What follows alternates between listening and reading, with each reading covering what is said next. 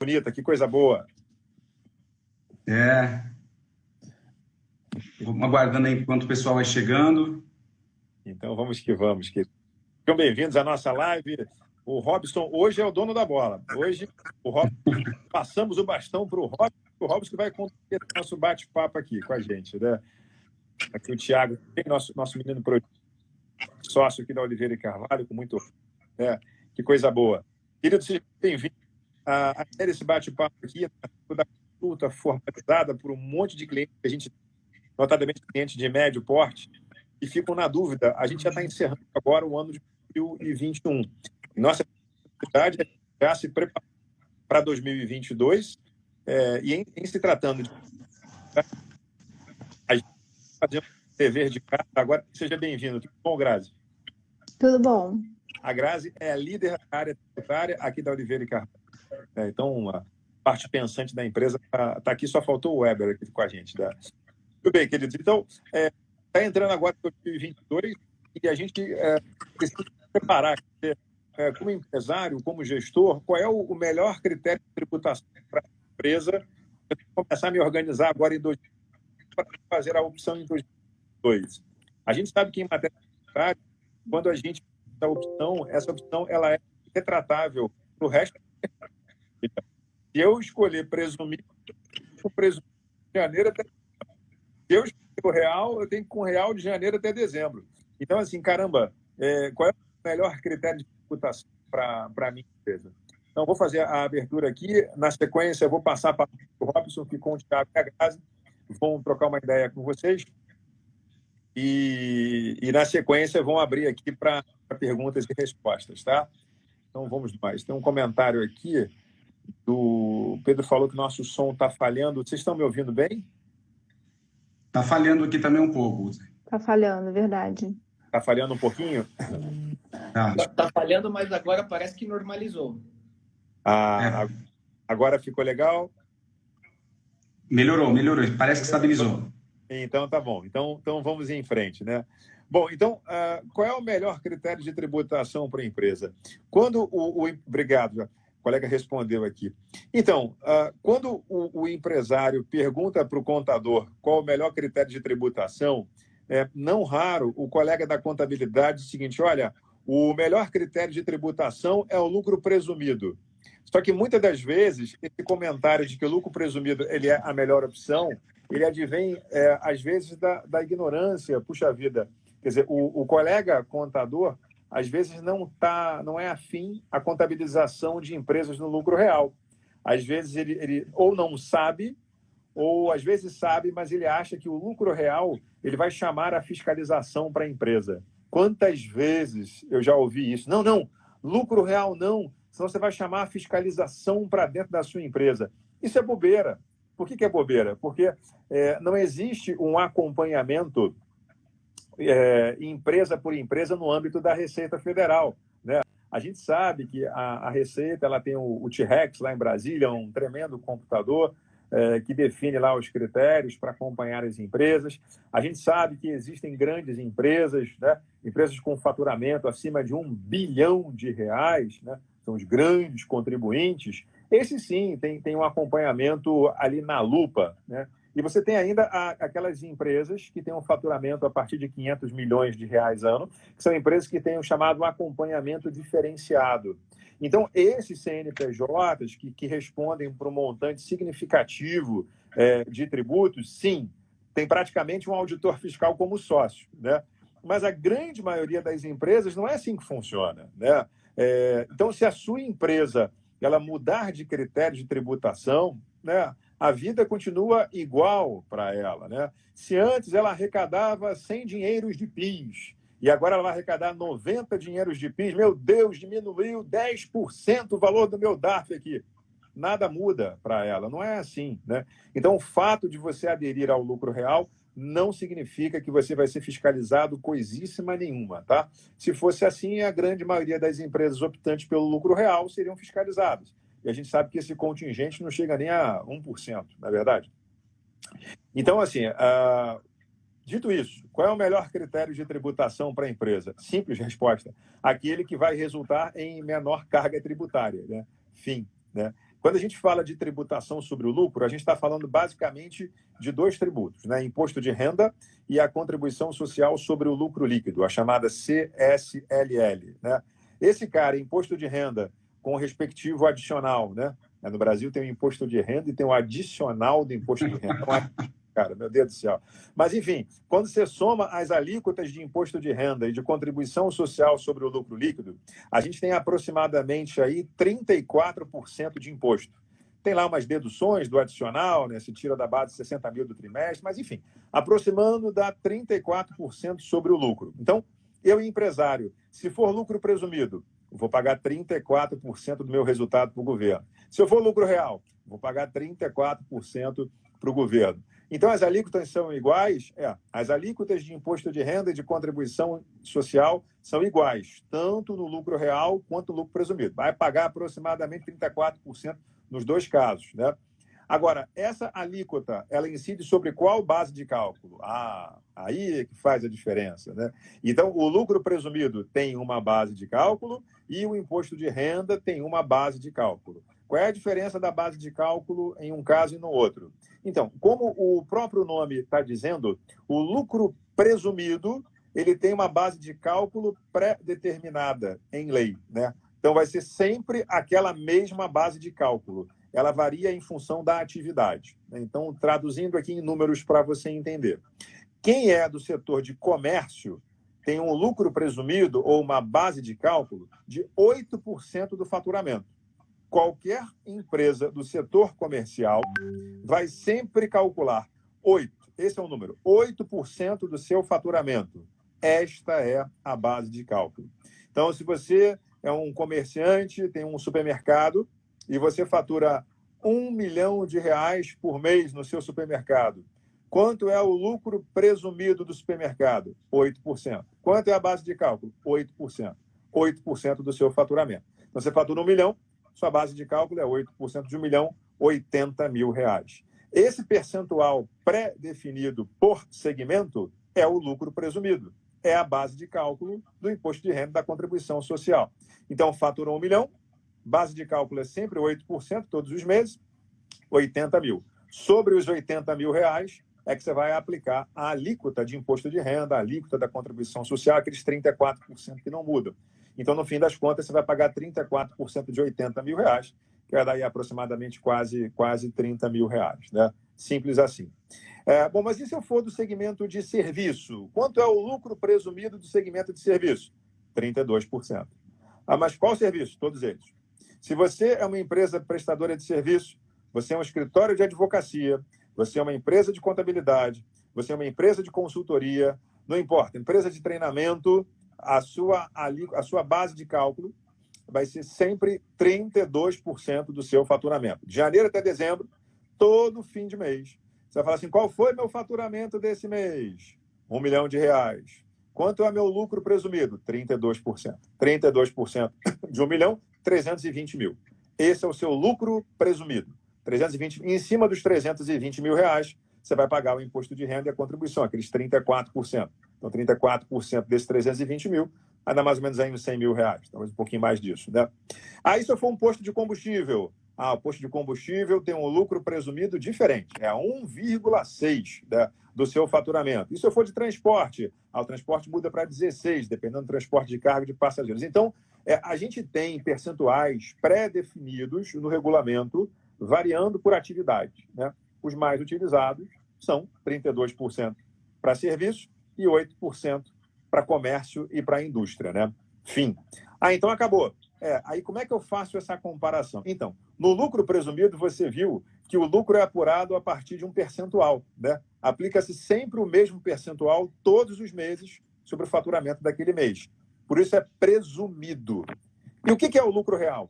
O lucro real é o lucro de verdade, né? A gente aprende na cadeira aqui da Tia Teteia 1 que lucro é a diferença entre receita e despesa, não é verdade?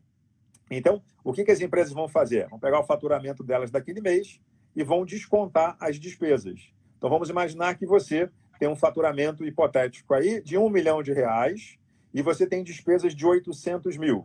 Então, eu vou fazer receita menos despesa. Receita 1 milhão, despesa 800 mil. Receita menos despesa, lucro, R$ 200 mil. Fim. Claro que para fins tributários você tem alguns ajustes, né? Porque nem todas as despesas podem ser consideradas, nem todas as receitas são tributadas. Então, esse lucro de R$ 200 mil, às vezes ele sofre um ajustezinho lá que a gente faz, né? Mas, em grandes números, é mais ou menos a mesma coisa. Receita menos despesa. Lucro, R$ 200 mil. Aí você vai aplicar a alíquota do imposto de renda da contribuição social, os 34%, sobre esses R$ 200 mil. Então, quem optar pelo lucro real, todos os meses vai ter que fazer receita menos despesa, receita menos despesa, receitas menos despesa, receita menos despesa, e vai achar o valor do lucro. Quem for para o lucro presumido, não vai fazer receita menos despesa. Quem for para o lucro presumido, vai ver qual é a sua atividade, em função da atividade, qual é o percentual, e vai aplicar o percentual da legislação sobre a sua receita. E aí vai chegar ao valor do lucro, né? E aí se faz a pergunta, beleza, e quando é melhor o real e quando é melhor o presumido? Tem que fazer conta, né? Então, vamos imaginar que você seja um supermercado, né? E que o seu supermercado é do setor de comércio. Bom, eu sei que a base de cálculo, ou o lucro presumido para comércio, é 8% do faturamento. Então, vamos nessa. Faturamento do supermercado nesse mês, 1 milhão. 8%, que é o lucro presumido para comércio, 80 mil. Então, se eu, supermercado, faturando 1 milhão, for optante pelo lucro presumido, a minha base de cálculo é 80 mil, né? E aí, será que vale a pena para esse supermercado ser lucro presumido? Essa que você tem que fazer a conta agora. Agora você vai comparar isso com o lucro real. Receita do supermercado, R$ 1 milhão. Despesas do supermercado, 500 mil. Cara, se eu optar pelo lucro real, 1 milhão menos 500 mil, dá 500 mil reais de lucro. Vou ter que pagar imposto de renda em cima de 500 mil. Se o mercado optar pelo lucro presumido, eu vou pagar em cima de 80, que é o lucro presumido. Cara, então, a melhor opção nesse caso é o lucro presumido, né? A gente sabe que, na prática, as margens do supermercado são muito pequenininhas, né? Então, via de regra, os supermercados optam pelo lucro real. Aí você fala assim, mas como é que eles optam pelo lucro real? É porque a margem deles, de verdade, quando eles fazem receita menos despesa, dá um número lá que é menor que o percentual de presunção de lucro. Ou seja, traduzindo, o nosso supermercado aqui com faturamento de R$ 1 milhão, se fosse presumido, a base de cálculo seria 80 mil. Só que no mercado a margem nunca é esses 8%. A margem de mercado é menos de 8%. 7%, 6%, 5%, 4%. Quando o supermercado faz receita menos despesa, sobra no final, às vezes, 2%. Então, veja, receita 1 milhão, despesa 980. Qual é o lucro de verdade? 20 mil. Então, eu, supermercado, prefiro o lucro real. Vou pagar imposto de renda em cima de 20 mil reais, contra, se eu fosse presumido, eu ia pagar em cima de 80 reais, percebe? Então, a conta mais importante que você tem que fazer é essa primeira parte que a gente viu aqui, né? Então, eu tenho que verificar quanto é o meu lucro de verdade. E aí, se porventura esse meu lucro fazendo receita menos despesa, ele der um número que é menor do que o percentual de presunção, você opta pelo lucro real. Agora, se ao fazer receita menos despesa, o resultado real for um número maior do que o percentual de presunção, aí é melhor que você seja, então, lucro presumido, que aí você vai pagar imposto de renda sobre uma base menor, tá? Essa continha que a gente fez aqui é a parte mais importante da continha, que é quando a gente considera imposto de renda e contribuição social sobre o lucro. Tem uma segunda parte da continha que diz respeito ao PIS e a COFINS. Aí você fala assim, por quê? Então, porque quem é lucro presumido paga o PIS e a COFINS de um jeito. Quem é lucro real paga o PIS e COFINS de outro jeito, né? Esses jeitos têm nomes bonitinhos, né? Então, assim, quem é lucro presumido paga o PIS e COFINS no regime que a gente chama de regime cumulativo. E aí as alíquotas que você tem de PIS e COFINS são de 3,65% do faturamento. Não precisa decorar o percentual, não. Só a ordem de grandeza, 3,65% do faturamento. Se você for lucro presumido, obrigatoriamente, o seu PIS e a COFINS vão ser de 3,65%. Fim. E se você optar pelo lucro real? Se você optar pelo lucro real, PIS e COFINS é diferente. Aí o PIS e COFINS, ele é de 9,25%. Caramba! Então, se eu for lucro real, o meu percentual de PIS e COFINS é muito maior. Pula de 3,65% para 9,25%. Só que tem uma característica. Esse 9,25%, ele é sobre o valor agregado. Ele é sobre a mais-valia. Ele é sobre a diferença entre por quanto você vende um produto e por quanto você compra o produto. Então, vamos traduzir.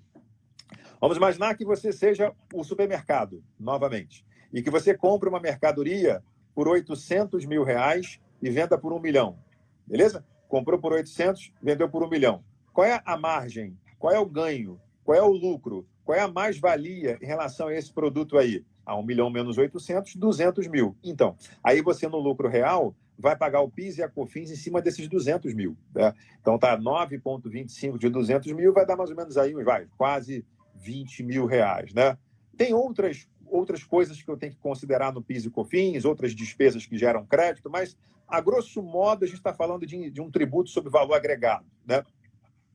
E se eu for lucro presumido? Não, se eu for lucro presumido, a alíquota é menor, mas é sobre o faturamento. Eu pago 3,65 sobre 1 milhão.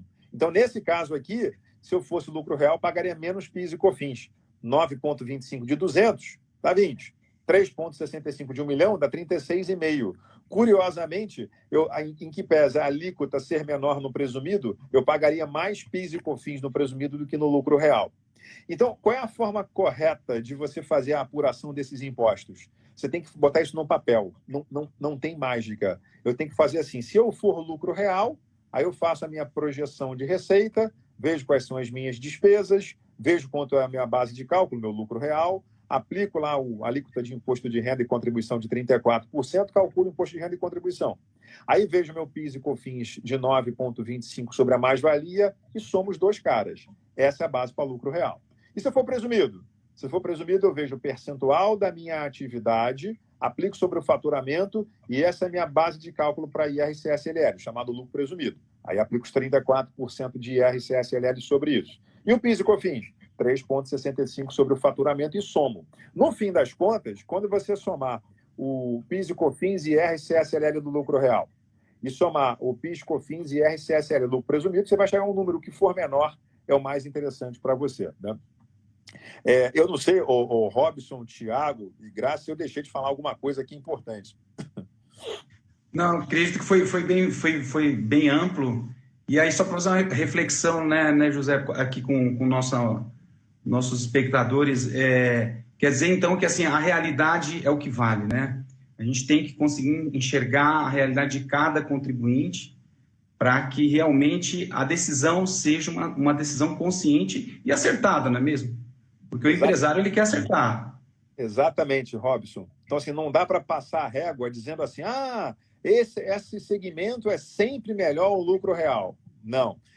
Não existe receita pronta, né? Não tem receita pronta. Tem que fazer conta e essa conta tem que ser feita por alguém, por algum tributarista de confiança na empresa. E é o seguinte, a hora de fazer essa simulação, essa projeção, é agora. Né? Porque a hora que a gente virar o ano, fizer o pagamento lá do primeiro DARF, aí, meu amigo, você já fez a sua opção tributária e depois você não consegue mais mudar. E essas projeções de cenários tem que ser feita com calma, né? Então, o momento de você botar a mão na massa é antes. Deixa eu aproveitar aqui para agradecer a presença da Isabel Castro, da Bebel, que está sempre prestigiando aqui as nossas lives, querida. O Thiago está aqui com a gente, rapaz. O Flávio também. O que mais? A Camila, nossa executiva comercial. Cacetário, o Pedro está aqui com a gente prestigiando, a Ana Célia, nossa executiva, Paulo Antônio, o Hélio, o Mário Souza, Sidney está aqui com a gente, Renato Almeida, Pedro Cirilo, Pedro, tomara que meu som tenha melhorado aqui com a gente, os 1818, Carlos Leandro, quem mais? Leão Teixeira, Flávio Alves, o Els 1818 é a Érica, nossa querida parceira comercial, que bom, Érica, te ver aqui. O Vitor está aqui com a gente também, o M Modas, o Júlio, Eduardo. Rapaz, tem gente pra caramba aqui, eu fico até amanhã. A Cíntia, o Marlon, a Letícia, o Marques, a Cristina está prestigiando também, o Aurinho está aqui com a gente, o Espaço, o Nick, tem gente demais aqui. Olha, muito obrigado a você que está sempre prestigiando aqui as nossas lives. Né? Nossa responsabilidade é sempre levar conteúdo relevante para que a sua vida tributária ela seja mais eficiente, né? Não só organizando-se de uma forma bacana para você pagar menos impostos, como recuperando os impostos que você pagou a mais. Né? E agora, quero ouvir aqui esse time maravilhoso da Oliveira e Carvalho. Se quiser contribuir com mais alguma coisa, abrir para perguntas e respostas. Só mais uma reflexão, José. Nessa avaliação do lucro real, a gente também tem a questão dos prejuízos, né? Porque quando você está no presumido, com lucro ou prejuízo, você tem que pagar a sua cota em cima daquela presunção legal, né? E quando você faz o lucro real, você já tem outras opções, né? Muito legal o que você falou, Robson. Normalmente, a gente encontra empresas que estão atravessando uma fase difícil por conta da pandemia, inclusive empresas com prejuízo na operação, né? E aí, assim, se a tua perspectiva é uma perspectiva de prejuízo, quer dizer, receita menos despesa der um número negativo, vocês têm mais despesas que receita, cara, o lucro real, a priori, é uma opção melhor para você, né? Porque se o lucro é zero... e qualquer percentual aplicado sobre zero de imposto de renda vai dar zero, né? Então, se o cenário é um cenário de resultado ruim, a priori o lucro real é uma opção melhor. Se o cenário é um cenário de uma margem muito boa, aí talvez o lucro presumido seja melhor para você. É só você pensar o seguinte, uma empresa comercial que tem uma margem de 50%, receita menos despesa dá 50% de margem, cara, se ela for lucro real, ela vai pagar imposto de renda em cima desses 50%. Enquanto se ela fosse presumida, ela pagaria em cima de 8%, né, que é o lucro presumido. Então, é isso aí. Resultados muito bons, lucro presumido costuma ser melhor. Resultados muito ruins, lucro real costuma ser melhor. E a observação do Robson quando você está no lucro real e você tem prejuízo, esse prejuízo que você tem nesse ano, ele te gera um benefício tributário para anos subsequentes, né? A partir de 95, inclusive, não tem mais decadência desse prejuízo. Antigamente, o prazo máximo era de 5 anos. Você pode usar de eterno e respeitar o teto de 30% por trimestre. Então, se porventura, querido, a sua empresa ela tem prejuízo, né, você pode acumular esse prejuízo para abater do imposto de renda a pagar nos trimestres subsequentes, né? Essa é uma coisa legal. Zé, só colocando um pontinho, né, que no lucro real a gente também tem a opção da modalidade mensal, suspender o pagamento, a gente tem a opção trimestral também, então a gente tem ainda 2 opções lá no lucro real que são bem interessantes, que vale super a pena, né, o contribuinte fazer essas análises, né, projetar os tributos, quanto que ele vai ter de encargo, então tudo isso vale a pena analisar. A Grazi colaborou pontuando aqui o seguinte, o lucro real ele é trimestral a partir de 1995, né? Então eu faço essa apuração de receita menos despesa nos trimestres civis, né? Quer dizer, janeiro, fevereiro, março, aí faço a continha. Abril, maio, junho, faço a continha. Mas tem uma modalidade de imposto de renda com lucro real, que é o que a gente chama de lucro real com pagamento mensal por estimativa, né? Quer dizer, eu posso fazer aqui um modelo intermediário para naqueles períodos, naqueles trimestres em que eu não tiver lucro, eu posso suspender o pagamento do imposto. Tem que fazer aí um balanço de suspensão. Então, tem algumas peculiaridades que a gente pode considerar, né? Que beleza. Sim, e apenas pontuando no caso que você mencionou, se a empresa tiver muito crédito de PIS e COFINS, ela pode se tornar credora ao invés de devedora, e esse crédito pode ser aproveitado para pagar o imposto de renda e contribuição. Opa, que dica boa. Quer dizer, o crédito de PIS e COFINS vale para abater imposto de renda e CSLL. Isso, na modalidade do lucro real mensal trimestral, né? Quando a gente está falando do lucro real. Então, assim, se a empresa for muito credora, muitas empresas são assim, tem um débito de PIS e COFINS muito pequeno, né? Então, ela acaba acumulando muitos créditos e pode usar para pagar outros tributos federais. Então, é uma vantagem também do lucro real. Pô, que legal. Inclusive, empresa exportadora, né? Que a gente sabe que na exportação não incide ICMS, ISS, nem PIS, nem COFINS. Então, assim, quem opera preponderantemente vendendo para fora, PIS e COFINS na saída é zero. Quer dizer, não tem débito de PIS e COFINS. Isso, alíquota zero, exatamente. Zero.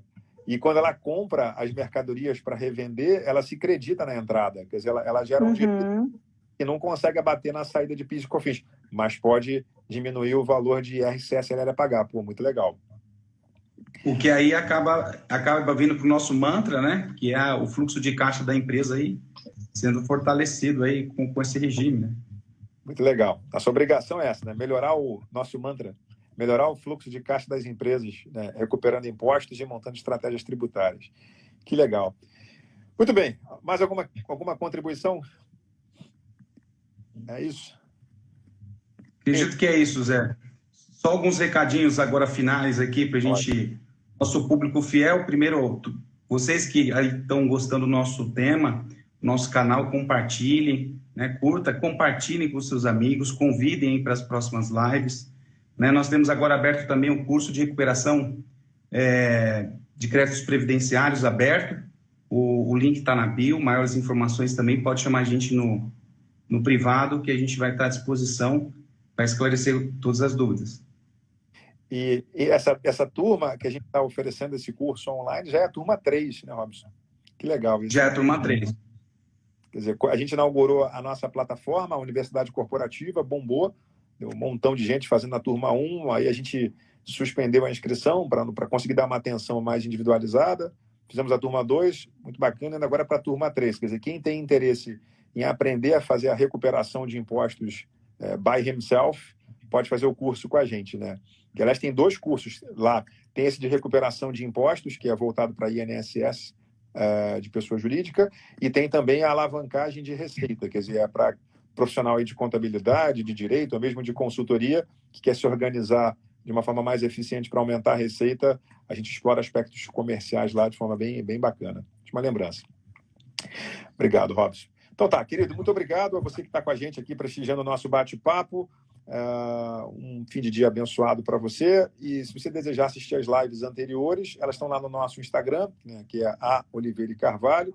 Você também pode conhecer um pouco mais da gente no nosso site, né, oliveirecarvalho.com, e também acessar a gente lá no YouTube. Lá tem várias lives lá que a gente já fez, já entrevistou senador da República, já entrevistamos magistrados, tem um conjunto lá de conhecimento bem interessante para você se divertir.